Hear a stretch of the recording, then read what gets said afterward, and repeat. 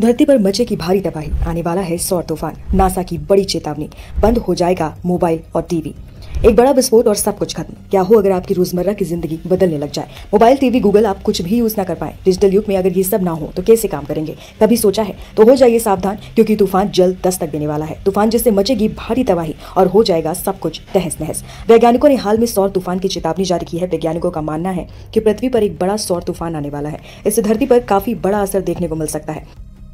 Electronics device जैसे mobile, computer और संचार प्रणाली तूफान से ज्यादा प्रभावित हो सकते हैं। आपको बता दें कि भारत सूर्य की मैपिंग और भारत पर सौर एक्टिविटी लद्दाख से मॉनिटर करता है। क्या इसका असर भारत पर भी पड़ने वाला है? सब कुछ जानिए इस वीडियो में। सौर तूफान सूर्य द्वारा और मंडल में कणों, ऊर्जा, चुंबकीय क्षेत्र और सामग्री का अचानक विस्फोट है। भारतीय अंतरिक्ष अनुसंधान संगठन यानी इसरो के विशेषज्ञों का कहना है कि भारतीय उपग्रह ऑपरेटरों को सभी सावधानियां बरतने की। लोग लाइनों में लगे होंगे खाने के लिए, और मैं आपसे फिर कह रहा हूं कि ये जो लाइनों में आप देख रहे हो, ये एक ट्रेलर है।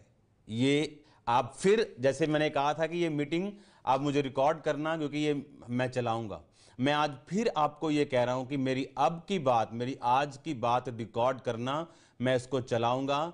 आने वाले समय में आपको इतना तैयार रहना पड़ेगा, क्योंकि ये लास्ट वायरस नहीं है। इसके बाद भी चीज़ें आएंगी और वो इतनी भयानक होंगी कि सरकार को सोशल मीडिया बंद करना पड़ेगा, क्योंकि सोशल मीडिया पे उनकी बीमारी की इतनी भयानक पिक्चरें होंगी कि लोगों को अटैक होने शुरू हो जाएंगे, पैनिक, घबरा जाएंगे लोग, और सरकार को सोशल मीडिया बंद करना पड़ेगा।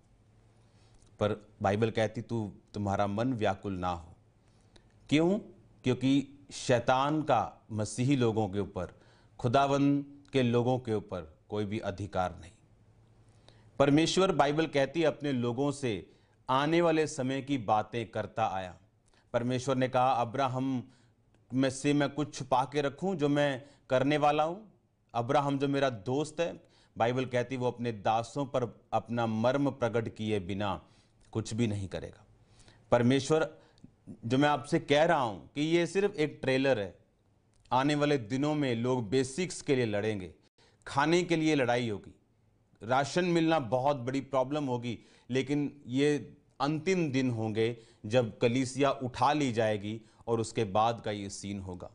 और परमेश्वर आपको दिखा रहे हैं कि आपको तैयार रहना है।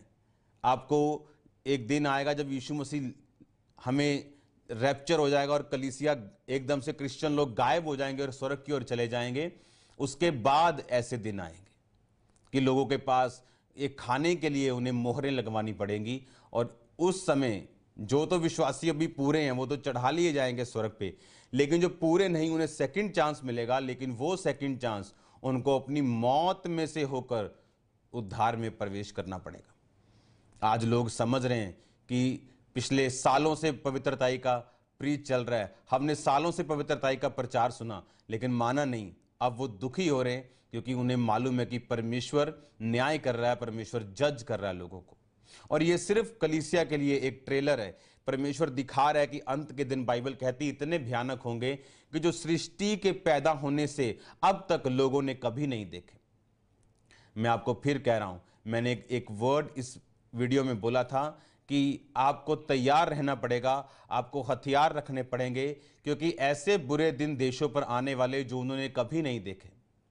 और मैं आपको हथियारों के बारे में जनवरी से बता रहा था, क्योंकि बाइबल कहती परमेश्वर के सारे हथियार बांध लो ताकि तुम बुरे दिनों का सामना कर सको। आपको यह बात समझने की, क्यों मैं आपको यह बता रहा था कि परमेश्वर ने कहा इसका मतलब बुरा दिन आएगा। परमेश्वर ने कहा मेरे सारे हथियार बांध लो, यिर्मयाह 6:10 में, क्योंकि ताकि तुम बुरे दिनों का सामना कर सको और सब कुछ पूरा करके स्थिर रह सको।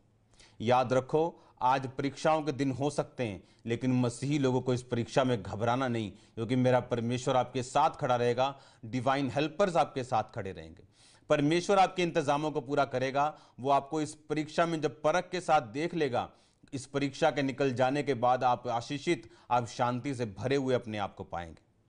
एक बात को याद रखो, ये तैयारी चल रही है परमेश्वर के आने की, अंत के दिनों की तैयारी है। परमेश्वर अपनी कलीसिया को तैयार कर रहा है और दिखा रहा है कि देखो ये ट्रेलर, 21 दिनों में तुम्हारा ये हाल, अभी 21 दिन भी पूरे नहीं हुए। सोचो अगर ये सदा की चीज हो जाए, कलीसिया के जी उठने के बाद, जब कलीसिया रैप्चर में चली जाएगी और स्वर्ग में चली जाएगी और उसके बाद शैतान का नीचे उसको पावर दी जाएगी, सोचो उन दिनों में क्या हाल होगा। जो लोग जिन्होंने तौबा नहीं की होगी और परमेश्वर के साथ वो जीवित नहीं उठाए जाएंगे। सोचो जो लोग रह जाएंगे उनको फिर मालूम होगा कि हमें तौबा करनी है, लेकिन बाइबल कहती है उस तौबा के लिए उन्हें बड़े बड़े मूल्य अदा करने पड़ेंगे, अपनी जान की कीमत तक देनी पड़ेगी। और जो लोग हार जाएंगे, शैतान के सामने घुटना टेक देंगे और दुष्ट के सामने झुक जाएंगे, उन्हीं को। तो God bless you all of you, सबको जय मसीह की। फ्रेंड्स, हम लोग जो आज प्रार्थना निवेदनों में लगे हुए हैं, प्रभु आप सबके लिए मार्ग खोल रहा है और आपको वो चीज़ बहुत जल्दी नजर आने लग जाएगी।